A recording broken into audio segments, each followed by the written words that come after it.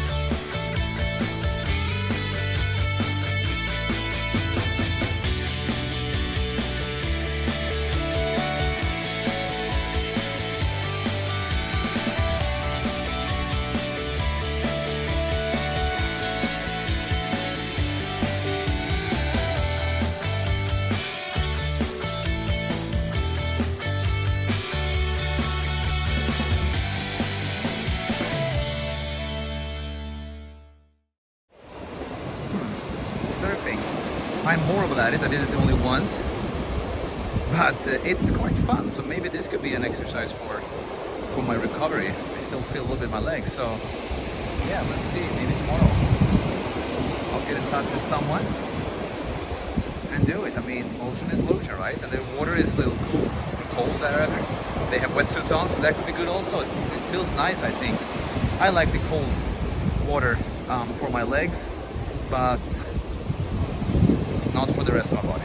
So we'll see.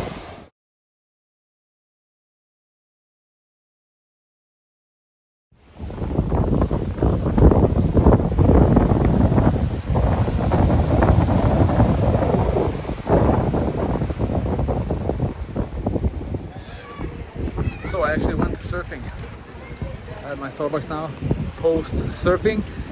It was very nice. My shoulders and my neck is a little bit sore, different muscles, so the body's pretty good.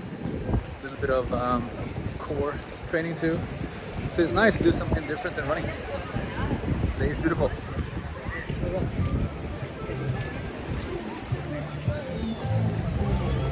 In Playa Las Canteras, Gran Canaria.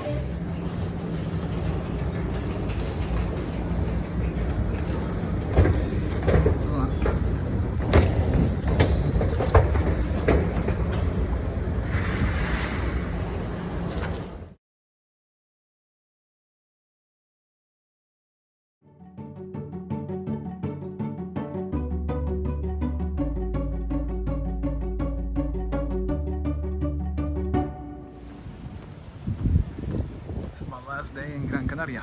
You cannot really go to Gran Canaria without going to the south side. We have Maspalomas. So now I'm on the south side. Here's the lighthouse, Faro de Maspalomas, on the south side of Gran Canaria. Very nice weather today, like 30 Celsius. I don't really know what that is in Fahrenheit, but nice and warm. Coming down to the ocean in Maspalomas.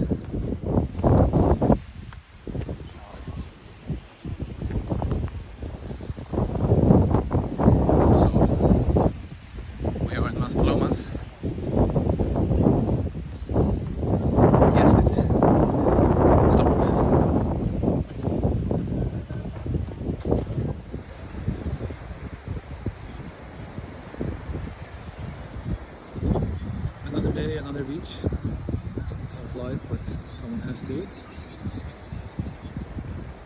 Last evening in Gran Canaria. Just chilling and enjoying another beach.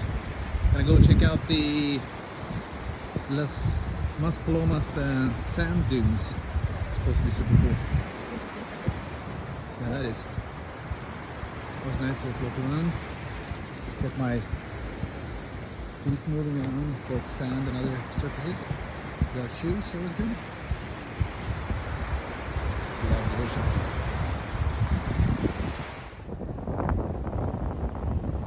The famous dunas de Maspalomas. Look here in the sand dunes of Maspalomas. Great finish of my time here in Gran Canaria.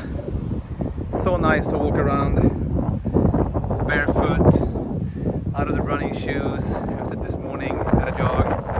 Just being out, enjoying this, great for the feet. I think it's fantastic.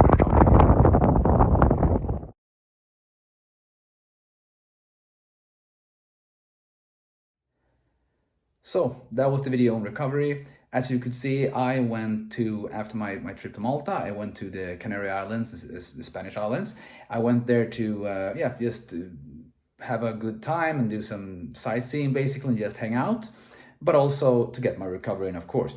And as you could see, my feet were quite, they were quite messed up.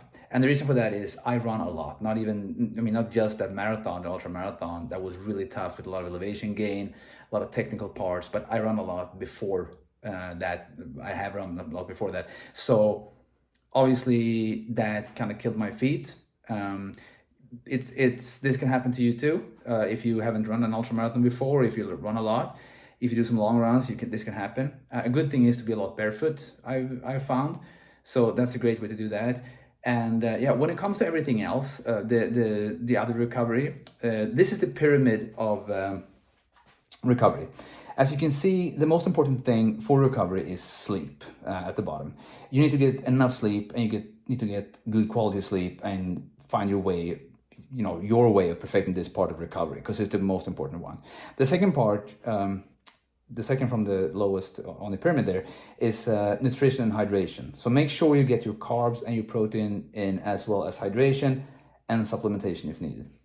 The third one is water immersion, like you saw that I did when I was surfing and stuff. I liked the cold water.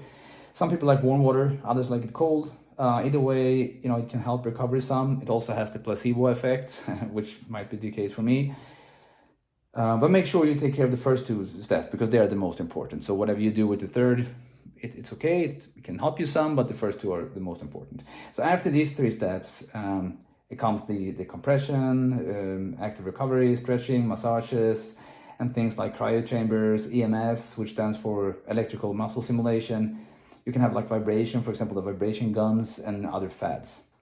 So again, take care of the first two, the two at the bottom, and maybe the three bottom layers of the pyramid well, and you will recover well. So if there's anything else that you'd like to do because you feel good, and again, the placebo effect, do that too. But make sure you get the two or three lowest, biggest steps of the pyramids there. And if you want to do something else, okay, you can do it, but it's not going to be super important for your recovery. That was it for this video. So like, subscribe, and if you want to, you can see the video from my ultramarathon in Gozo, Malta, around Gozo Island, here on my channel. But anyway, like, subscribe, and I'll see you in the next video.